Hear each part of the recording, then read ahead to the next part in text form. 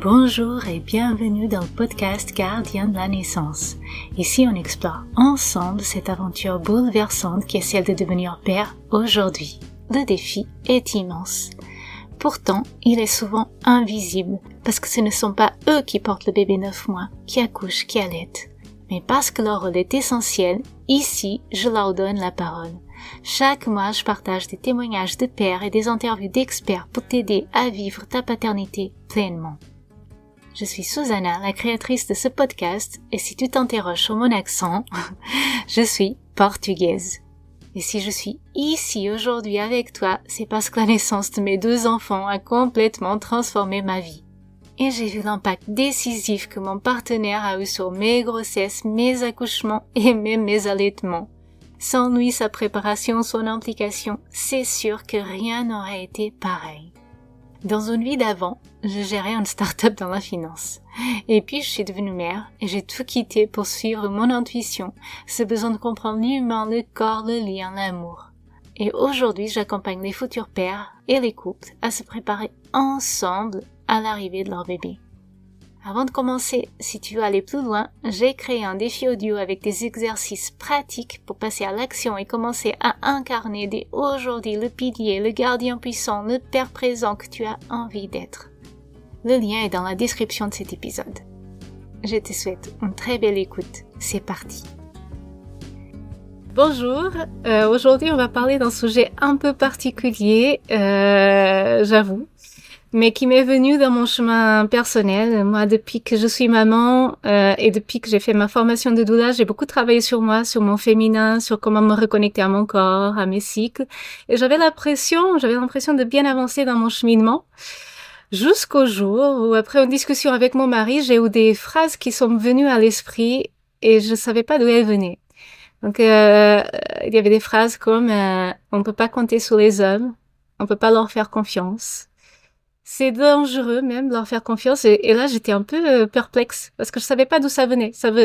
C'est vrai que je n'ai pas eu des modèles d'hommes autour de moi qui étaient très sécurisants, mais quand même je sentais que ça venait de beaucoup plus loin. J'ai commencé à penser à ma maman, comment elle a vécu sa relation avec les hommes, à ma grand-mère, à mes grands-mères. Et là je me suis rendu compte de quelque chose qui m'a un peu fait peur, j'avoue. Je me suis dit, je peux travailler autant que je veux sur moi, sur mon féminin, sur ma sécurité intérieure, mais tant que je n'ai pas apaisé ma relation avec le masculin, ça suffit pas. Et dans mon couple, ça va toujours se ressentir, et dans ma relation à mes enfants, j'ai une fille, un garçon, ça va toujours se ressentir. Et donc, c'est pour ça que j'ai décidé de faire appel à Zeynab, qui travaille sur le trauma transgénérationnel depuis un petit moment maintenant, parce que je me suis dit que j'avais besoin de réponses en fait, que j'avais besoin d'y voir un peu plus clair et d'avoir aussi un peu d'espoir, de savoir que c'était pas un objectif inatteignable. Et donc voilà pourquoi je t'ai invitée. Merci beaucoup d'avoir accepté ce défi. Merci de m'avoir invitée. J'espère avoir toutes les réponses. On verra. J'espère. Est-ce que tu peux juste commencer par te présenter et après on partira sur les questions toutes les questions que j'ai dans ma tête. Avec plaisir. Bonjour à tous. Alors moi je m'appelle Zeynab.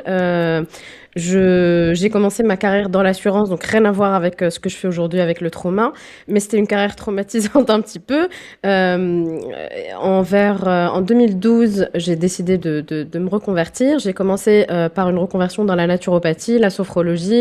J'ai vraiment commencé par le corps émotionnel, physique, et ensuite petit à petit, je me suis ouvert aux autres corps, notamment le corps spirituel, le trauma et le transgénérationnel, puisque comme tu disais, je me rendais compte qu'il y avait des choses qui ne nous appartenaient pas. Je me disais, mais d'où ça vient? Ça vient pas de moi. C'est quelque chose que, voilà, je voyais en fait que j'arrivais face à un mur, et d'où mon intérêt pour le transgénérationnel. Donc, aujourd'hui, je forme ma méthode énergétique qui s'appelle STH. Je suis aussi coach. Je propose des programmes sur le trauma, le système nerveux. Je propose des séances de breathwork. Enfin, je fais tout un tas de choses. Je vous invite à voir un petit peu mon site web parce que ça change, ça évolue avec moi aussi. Donc, ce que je fais aujourd'hui, je le ferai peut-être pas dans un an, mais en tout cas, je m'occupe du trauma, du système nerveux, du transgénérationnel, et en tout cas, j'essaye d'avoir une vision la plus holistique possible d'une problématique.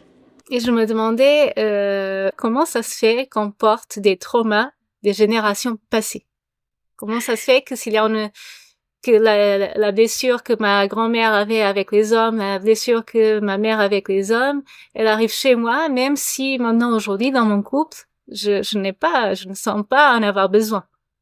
Pour ceux qui connaissent pas, je vais parler vite fait d'une expérience avec les fleurs de cerisier, il me semble, et des souris, qui a beaucoup joué dans le trauma transgénérationnel et qui montre en fait que le trauma transgénérationnel, il est dans les gènes et il est dans l'ADN. C'est pas quelque chose en fait. Avant, on en parlait le trauma transgénérationnel comme quelque chose, voilà, comme l'énergétique, un petit peu quelque chose qu'on peut pas palper, qu'on peut pas ressentir. Mais en fait, il y a plein d'expériences qui sont sorties, notamment une expérience avec les descendants de la Shoah, les descendants aussi du génocide du Rwanda. Mais si je reste sur les souris, alors ces pauvres souris en fait étaient électrocutées à chaque fois qu'on leur faisait sentir un parfum de fleurs de cerisier, on les électrocutait. Et donc on le faisait, et en fait ces souris étaient traumatisées. Et en fait ils se sont rendus compte que sur plusieurs générations de souris ensuite, ces souris-là, à chaque fois qu'on leur présentait l'odeur, elles avaient les mêmes symptômes de stress post-traumatique que leurs ancêtres, alors qu'elles n'étaient pas électrocutées elles-mêmes. Et donc, ce qui a été compris, c'est qu'en fait, le trauma transgénérationnel, c'est quelque chose qui modifie les gènes. C'est l'épigénétique. Donc, il y a une vraie modification des gènes et on porte vraiment dans notre ADN le trauma de nos ancêtres. Donc, un enfant, quand il naît, il a à la fois l'ADN de papa, donc les traumas de papa, et à la fois les traumas de maman. Donc, il y a cette dimension, vraiment, c'est dans les gènes. Et à part ça, il faut pas oublier que toi, quand tu étais un ovule, tu étais dans le ventre de ta grand-mère. C'est-à-dire que ta grand-mère était enceinte de ta mère, et le bébé porte déjà les ovules dans le ventre. Donc, tu étais littéralement dans le ventre de ta grand-mère et ta grand-mère était littéralement dans le ventre de son arrière-grand-mère. Et en fait, vous étiez toutes les unes imbriquées dans les autres comme une espèce de poupée russe. Et ce que a vécu ta grand-mère a littéralement eu un impact sur toi. Donc le cortisol est passé dans la barrière, il est passé chez ta mère, il est passé chez toi aussi. Ce qu'a vécu ta grand-mère a laissé une empreinte physique sur toi aussi. Je sors vraiment au-delà de l'énergétique et tout, j'en parle même pas parce que évidemment il y a cette dimension qui est très importante aussi, mais je vais même pas en parler. Donc le trauma transgénérationnel, c'est vraiment quelque chose qui est dans tes gènes. C'est voilà, c'est bien plus réel que ce qu'on pense. Il se transmet biologiquement, il se transmet neurophysiologiquement via le cortisol, l'adrénaline, etc. Donc c'est pour ça que l'hypervigilance que ressent ta grand-mère, ton arrière-grand-mère vis-à-vis des hommes, tu le ressens aujourd'hui sans qu'il y ait quelque chose qui fait que peut-être que tu es dans un couple complètement sain, mais tu vas ressentir envers ton mari, envers ton compagnon, ce que ta grand-mère ressentait envers son compagnon qui lui n'était pas sain. Et donc c'est un cercle vicieux en fait. Voilà. Ça continue, ça continue. D'accord. Jusqu'à ce qu'il y ait évidemment les fameux briseurs de cycle qui se disent bon là il est temps de travailler sur ça et voilà et d'ajuster un petit peu tout ça. Et est-ce que tu sais, je sais pas si tu le sais, mais est-ce que tu sais s'il y a un moment dans l'histoire de l'humanité, il y a eu une période où c'était équilibré le féminin et le masculin?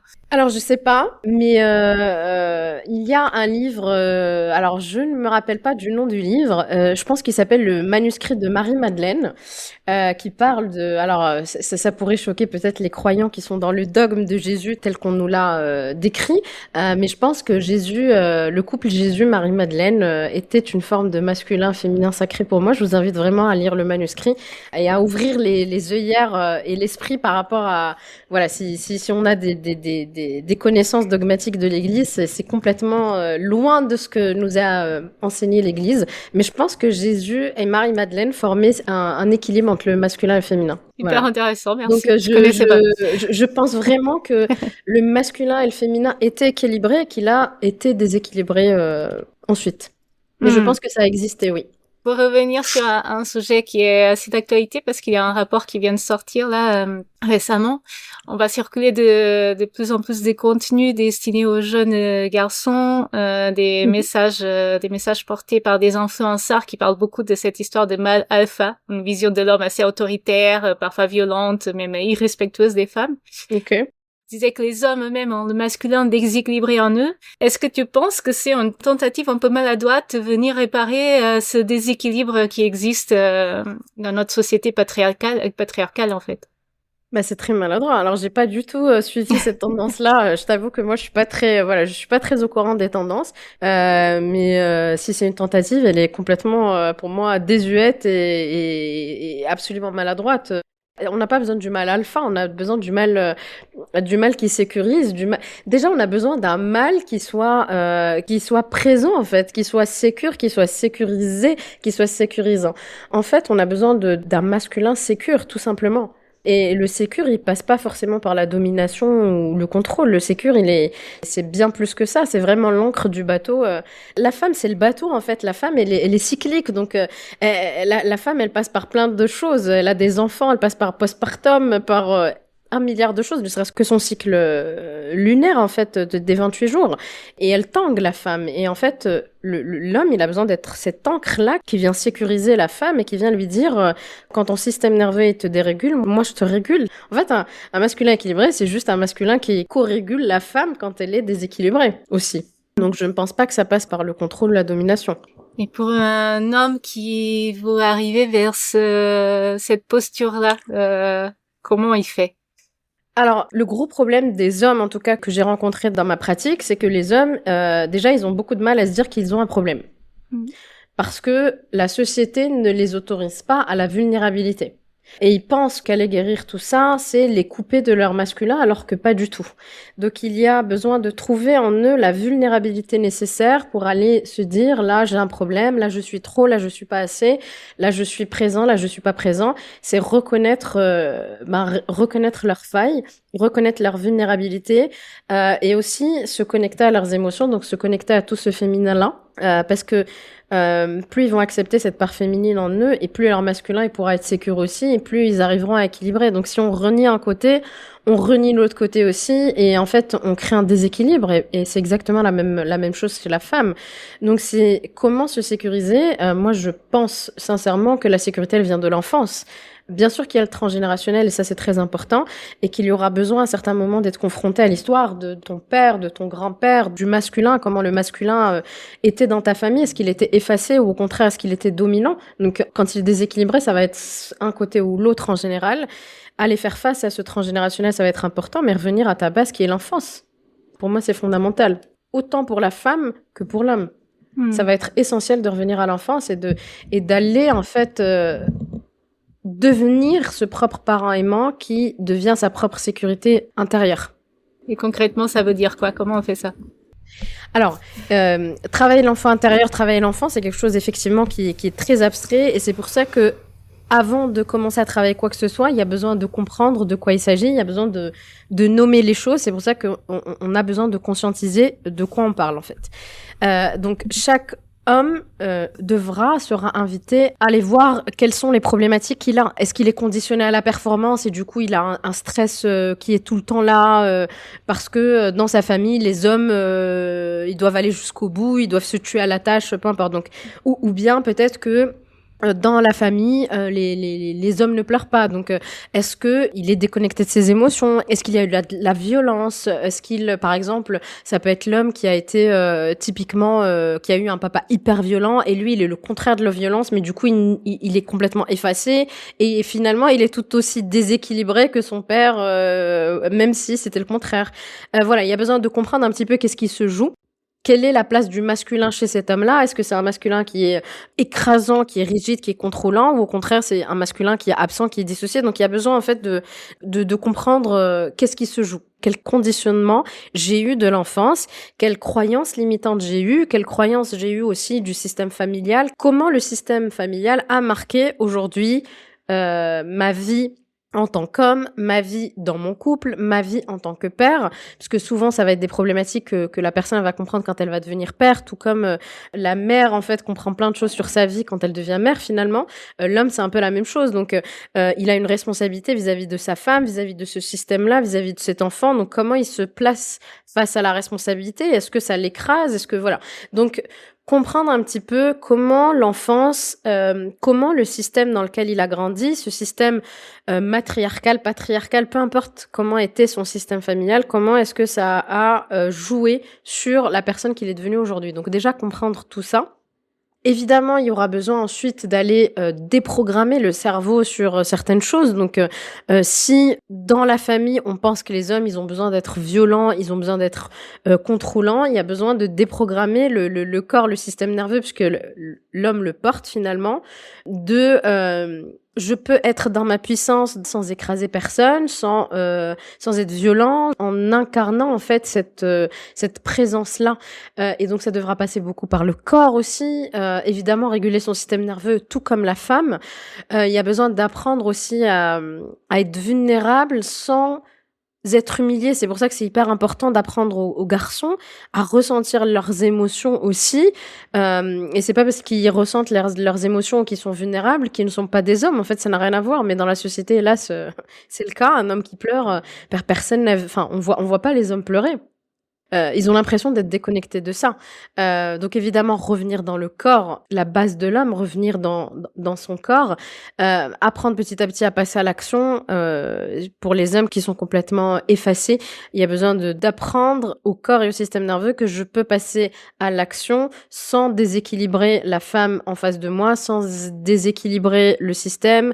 Donc ça va être les bases en fait, comme pour la femme, ça va être aller voir l'enfant en moi et lui dire: t'as le droit de ressentir, t'es pas obligé de faire ça, laisse la femme prendre sa place, tu peux prendre ta place différemment, etc. Et ensuite, venir sécuriser le corps et venir reprogrammer le corps sur ça. Et je pense que la femme a son rôle à jouer aussi dans le couple, en tout cas, face à l'homme. Vraiment. Je pense que l'homme, en tout cas dans le couple, la femme peut aller dans son féminin et l'homme peut aller dans son masculin quand il y a un travail aussi qui est coordonné entre les deux.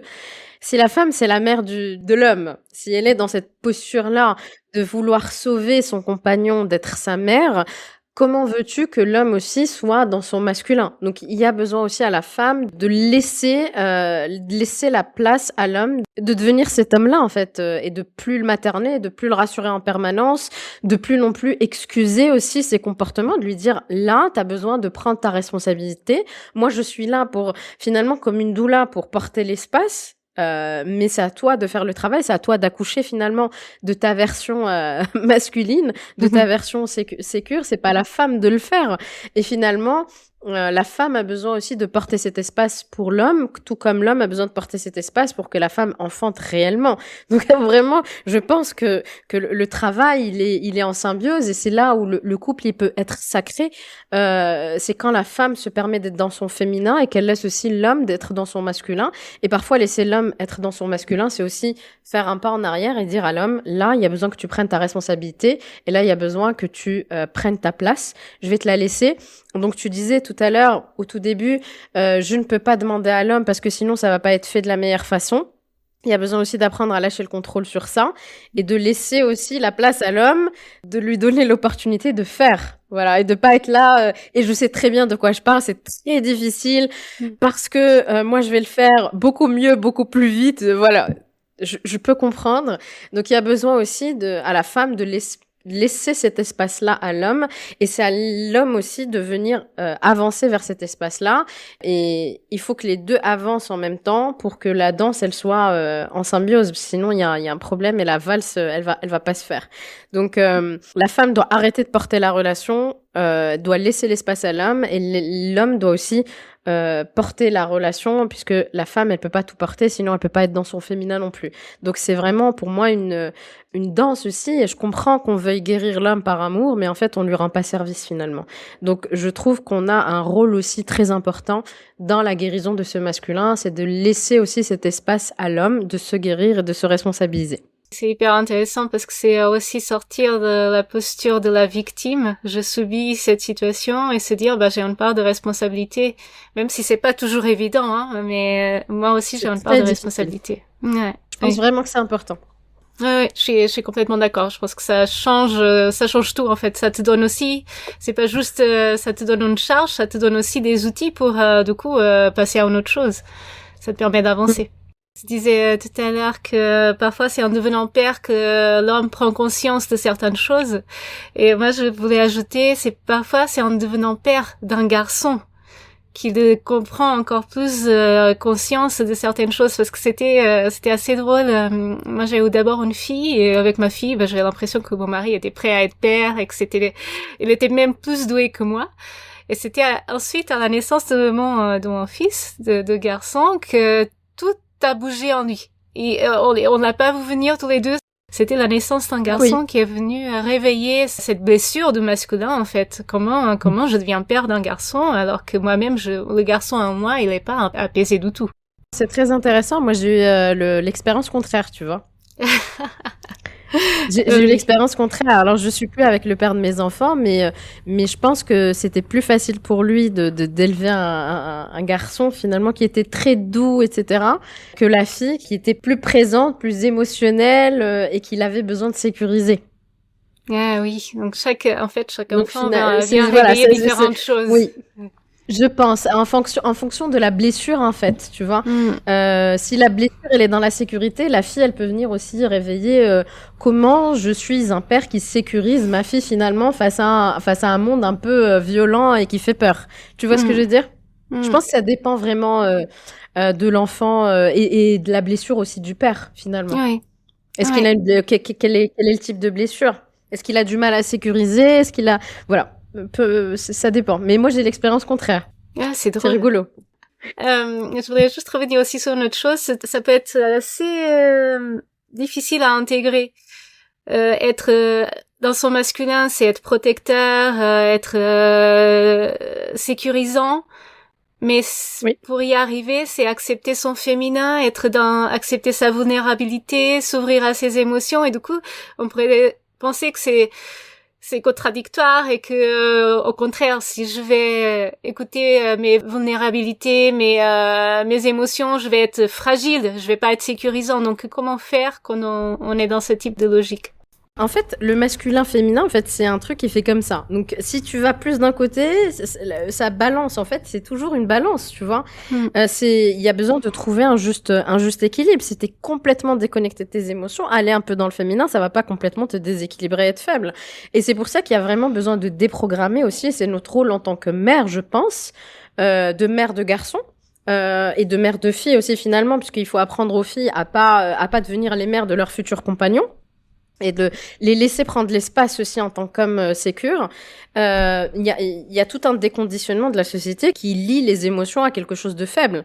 Je suis vulnérable égale je suis faible. Non, je suis dans ma vulnérabilité parce que je vais accepter ce côté féminin en moi qui vient me dire là il y a une émotion, là il y a une faiblesse en moi, mais le masculin en moi qui est sécure va venir en fait sécuriser cet enfant intérieur qui se croit faible et de lui dire là tu as une émotion mais tu n'es pas faible, tu es sécure. Donc il y a besoin d'équilibrer ces deux balances et c'est pour ça que on travaille l'enfant intérieur en devenant à la fois une mère pour soi, donc à la fin je te nourris, je t'apporte de l'amour, de la vulnérabilité, des émotions, et je deviens aussi un père aimant envers moi qui te sécurise et qui te dit même si tu vas dans tes émotions, tu es quelqu'un de fantastique, tu es quelqu'un de fort, tu peux être dans ta masculinité, tu peux être dans ton ancrage, donc c'est pour ça qu'il y a besoin à la fois de venir, c'est pour ça qu'on a besoin d'un père et d'une mère, hein.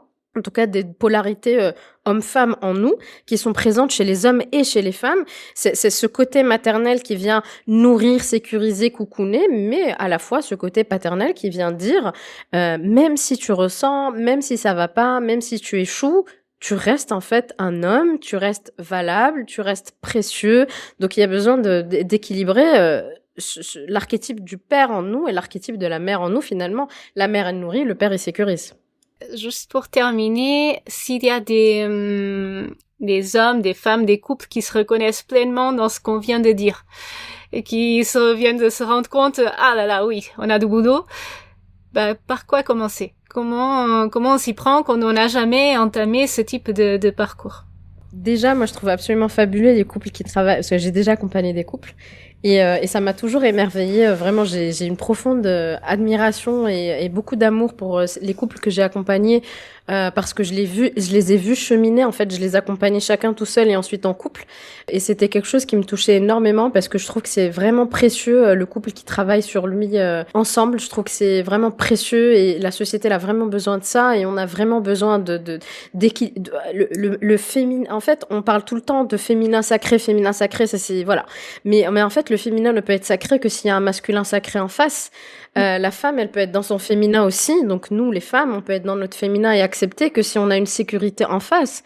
Et hélas, la société fait que c'est complètement déséquilibré. Donc, pour les couples qui veulent faire ce travail ensemble, déjà, voilà, je vous admire. Je trouve que c'est très très beau. C'est un merveilleux cadeau à faire, à se faire en tant que couple et à faire à ses enfants. Donc déjà, reconnaître ça, vraiment, j'admire profondément ce travail-là. Donc, si le couple a envie de travailler ensemble, ben ils vont finalement faire un peu la même chose tous les deux, sauf que ça va se faire différemment. Donc, ils ont tous les deux besoin d'aller travailler leur enfance de la même manière. Finalement, ils ont tous les deux besoin de sécuriser leur système nerveux et tous les deux auront besoin d'aller voir qu'est-ce qui, dans ma lignée, vient déséquilibrer le féminin ou le masculin et chacun en fonction de son histoire. Et ils pourront le faire accompagner ou autre, peu importe comment ils décident de le faire, mais ça va être guérir l'enfance, sécuriser le corps et ça va être déprogrammer tout ce qu'on s'est dit et le reprogrammer en tant que couple et comment nous en tant que couple on estime que on est suffisamment équilibré, comment toi tu me sécurises, comment moi je peux m'exprimer et c'est trouver aussi cet arrangement dans le couple puisque je pense que chaque couple est différent, il n'y a pas une norme, c'est moi, de quoi j'ai besoin pour être en sécurité dans mon couple et toi, de quoi tu as besoin pour pouvoir aussi. Est-ce que tu as besoin que j'intervienne moi? Est-ce que tu as besoin que je te laisse l'espace? Comment tu as besoin que moi, je sois aussi en tant que ta femme pour que toi, tu puisses prendre cet espace-là et que tu puisses te sécuriser dans cet espace-là. Donc ça va être vraiment un jeu de je vais en arrière, je te laisse l'espace et en même temps je vais en avant et ça va être comment on va trouver à deux la danse qui va nous convenir tous les deux. Parce que même si ils travaillent la même chose, ça sera à eux aussi ensemble de décider de la structure que prendra ce féminin et ce masculin dans leur couple aussi. Et je pense que ça sera différent d'un couple à l'autre. Mais on va en rester en base, c'est travailler l'enfance, sécuriser son système nerveux. Vraiment réguler son système nerveux, pour moi, c'est la base de la base de la base. Parce que forcément, il y aura des moments où ça sera trop, des moments où ça sera pas assez, des moments où le couple, parce que ça va pas être quelque chose qui va être, c'est ce qui est important de comprendre, c'est que ça va être en dents de scie.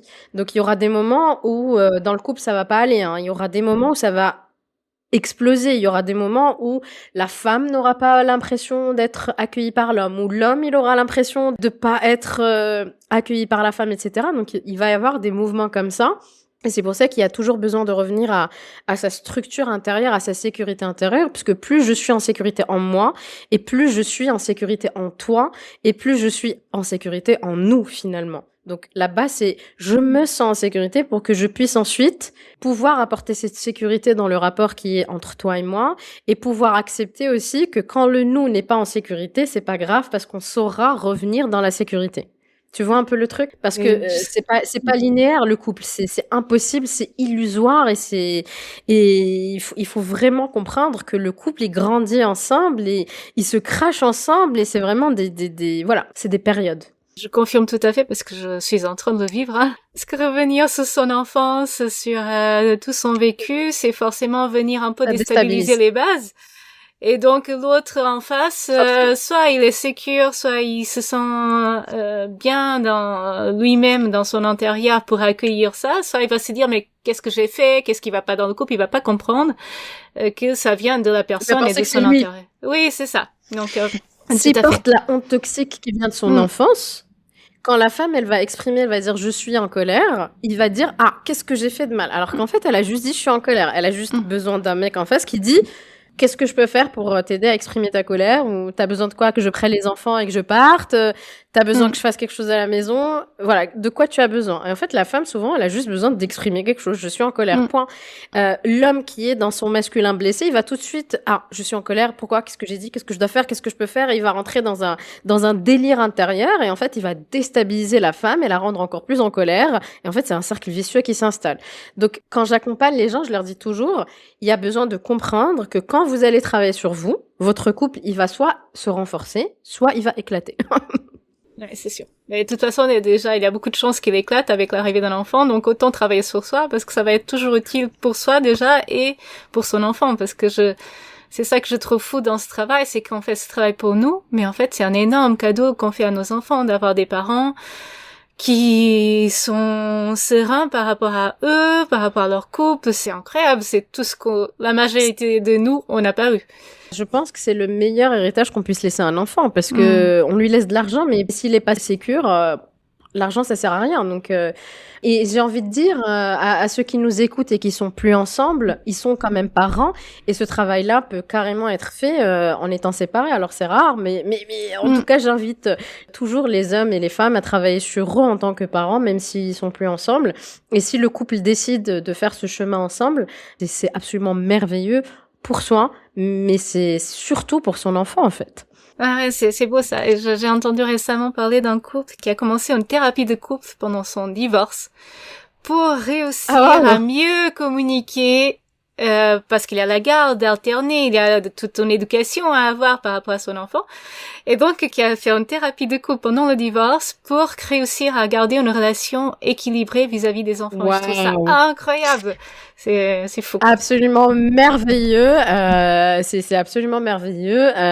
Et effectivement, j'invite les gens à réussir leur divorce mieux qu'ils ont réussi leur mariage. Parce que effectivement, une fois qu'il y a le divorce et des enfants au milieu, il y a plein de problèmes qui sortent. Donc, un masculin blessé va être blessé encore plus, un féminin blessé va être blessé encore plus, et en fait, ça va aller dans les extrêmes de l'un et l'autre. Donc, effectivement, la thérapie de couple, elle est très ingénieuse, effectivement. Et je pense pas que ça soit le cas de tout le monde, mais c'est très ingénieux, ouais. C'est très beau. C'est clair. Je trouve ça extraordinaire et vraiment, je pense pas que ce soit facile pour tout le monde, mais pour ceux qui peuvent le faire. Il y a besoin de mettre beaucoup l'ego de côté. Il y a besoin de mettre beaucoup d'ego de côté et vraiment de travailler sa honte toxique parce que la honte toxique, le truc, c'est que je fais quelque chose de mal, je vais aller réparer. Je sais pas, toi, tu parles mal à ton mari, si t'es pas dans la honte toxique, tu vas rester dans ton coin, ensuite tu vas aller lui parler, tu vas lui dire, là, j'aurais pas dû te parler comme ça, je suis désolée. Donc, tu vas aller réparer. En revanche, si t'es dans la honte toxique et t'es dans le trauma d'enfance, tu vas rester dans ton coin, tu vas ruminer. Qu'est-ce que j'ai fait de mal? Mais tu vois, et je le savais. Et à chaque fois que je m'exprime, c'est comme ça. Donc, il y a une espèce de boucle qui vient envenimer. Et si chacun a cette honte toxique en lui, en fait, ça envenime, ça crée du ressentiment.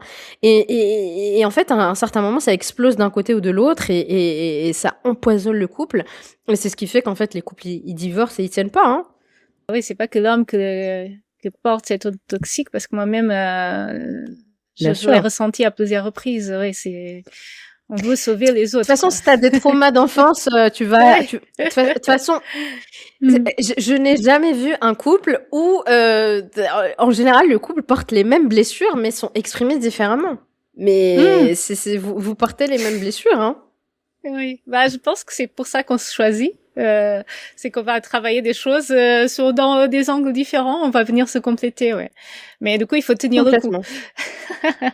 Il faut tenir le coup et il faut que ça soit un travail mutuel. Le problème, c'est que quand le travail il est fait que d'un côté, c'est pour ça que on parle beaucoup de féminin sacré, etc. Et tu m'as dit à juste titre, oui Zeynab, on parle beaucoup de féminin, même dans tes séances c'est féminin, etc. Et à juste titre.